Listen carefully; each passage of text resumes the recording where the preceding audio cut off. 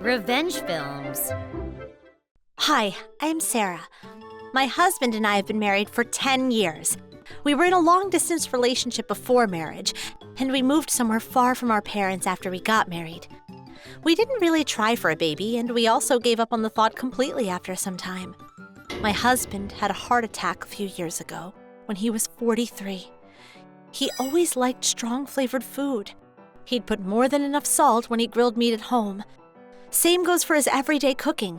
He would put so much salt during cooking and add more after the food was done. And he would always eat his food with various salty sauces. I always get thirsty when I watch him eat.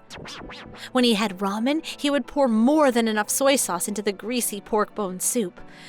Then he would always order extra noodles and drink every last drop of soup. Naturally, his blood pressure became high. You'll have a stroke or become seriously ill one day if you keep eating like that. Maybe you should cut down on salt a little. I warned him multiple times, but he never listened. Stop nagging. I have a lot to deal with at work. It's stressful enough. Just let me eat whatever and however I want at home, okay? I tried to season the food lightly when I cooked, but it didn't change anything because he would use more salty condiments when he ate. So I gave up from the 3rd year of our marriage and let him eat however he wanted. If I brought up the topic of his sodium intake, he would tell me to Shut up! and Leave me alone! which led to a fight every time. So I also gave up on persuading him. My husband and I moved a lot due to his work, so I was the one who did most of the housework. But because of my husband's unique and stubborn eating habits, we decided to eat separately on the weekends. He was always so happy to eat junk food for dinner. One day, my husband suddenly clutched his chest. Call an ambulance! He wailed and looked like he was in a lot of pain. I quickly called the ambulance to take him to the emergency. It was a heart attack. He underwent surgery, had 4 stents placed in his heart, and was hospitalized for a month. After he recovered a little after surgery, he started to act weird in his hospital room. He became extremely irritable. Maybe he couldn't accept that he had had a heart attack at his age.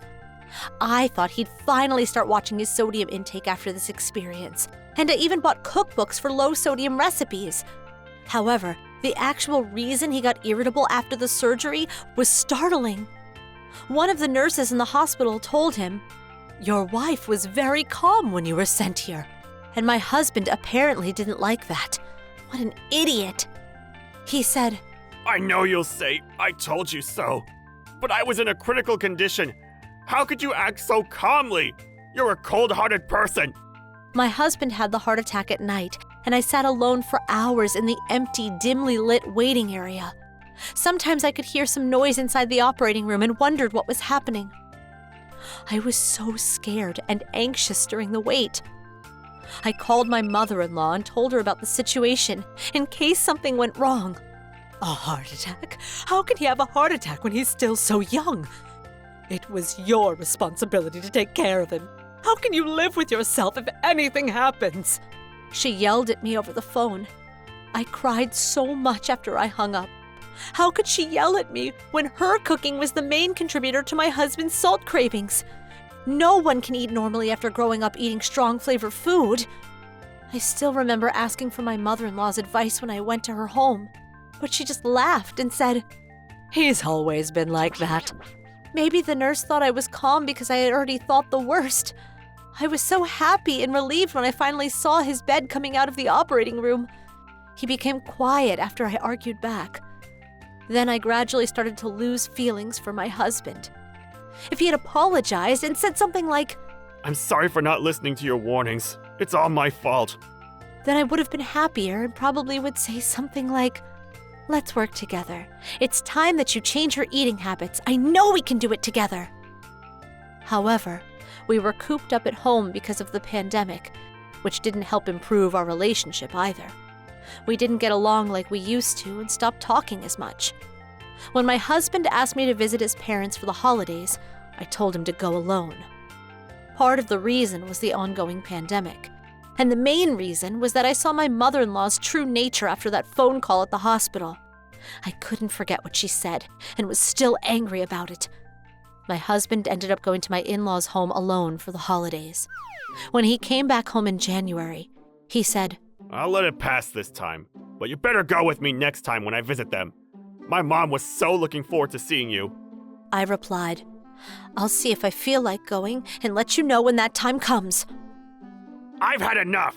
You're so unpleasable. I'm unappeasable? Did you forget to say something to me? I was insulted by you and your mother, but you've never apologized. Not once. My husband became silent again. You always give the silent treatment when it's convenient for you. The next day, he handed me some divorce documents. I had already considered divorcing him many times, so I was fine with the divorce. I had always known this day would come, so I quickly signed the documents. I couldn't see anything positive in spending the rest of my life with him. I had already lost feelings for him, and to be honest, I didn't want to learn new recipes for him anymore, because he had brought it all on himself. I wanted normal food. Even though I wasn't working a full-time job, I knew there were so many things I could do to restart my life. My husband didn't expect me to sign the divorce documents without hesitation. I quit my job after marriage, and we relocated twice in 7 years, so I had only been working part-time. My husband's salary wasn't high, and I knew he didn't have much savings, dividing property. He thought that I wouldn't divorce him because I was 40 and had no stable job. I could find a job easily if I weren't picky about work, and it was easy to get a job in my hometown. I'd rather start everything over than continue to live in an unpleasant life with my husband. Yes, let's get a divorce. I could tell how upset he got. Wait a minute, let's talk! He said. But I had already signed the documents and couldn't be more certain about the decision. So I said to him, you brought the divorce documents to me and asked me to sign them. And now you want to talk? What do you think marriage is, a joke? I'm busy with work every day. Let's talk about this and make the decision when we visit my parents later this month. I lost my patience with him. Talk won't change anything. Besides, I've already told you I don't want to go visit your parents. Do you ever listen to me? You brought me the divorce documents. You understand what that means, don't you? He brought the divorce documents home, but decided to stall the divorce. I was stunned by how ridiculous and pathetic he was. Later, he finally realized there was no turning back, and nothing he said could ever change my mind. He had no choice but to agree to the divorce. Because he shredded the divorce documents he brought home, I had to go get them again the next day. He also decided to quit his job and move back in with his parents. His mother was so excited when he told her about the decision. I can take good care of your diet now. I didn't think my ex-mother-in-law, who had cooked salty food for decades, could suddenly adopt a healthy cooking style. It's like trying to get my ex-husband to adopt healthy eating habits. I knew it'd also be an enormous challenge for my ex-mother-in-law to change her habits. I was surprised by how salty her dishes were every time we visited them. Of course, it'd be like heaven for my ex-husband to go back home and eat his favorite food. I could already imagine what was going to happen. My ex-husband contacted me less than a year after the divorce and told me his mother had passed away. She had type 2 diabetes for a long time because of years of excessive salt intake. My ex-husband asked me, Can we get back together? I couldn't believe what I had heard. He then told me he had also developed diabetes, and he had diabetic nephropathy, which is a common complication of diabetes.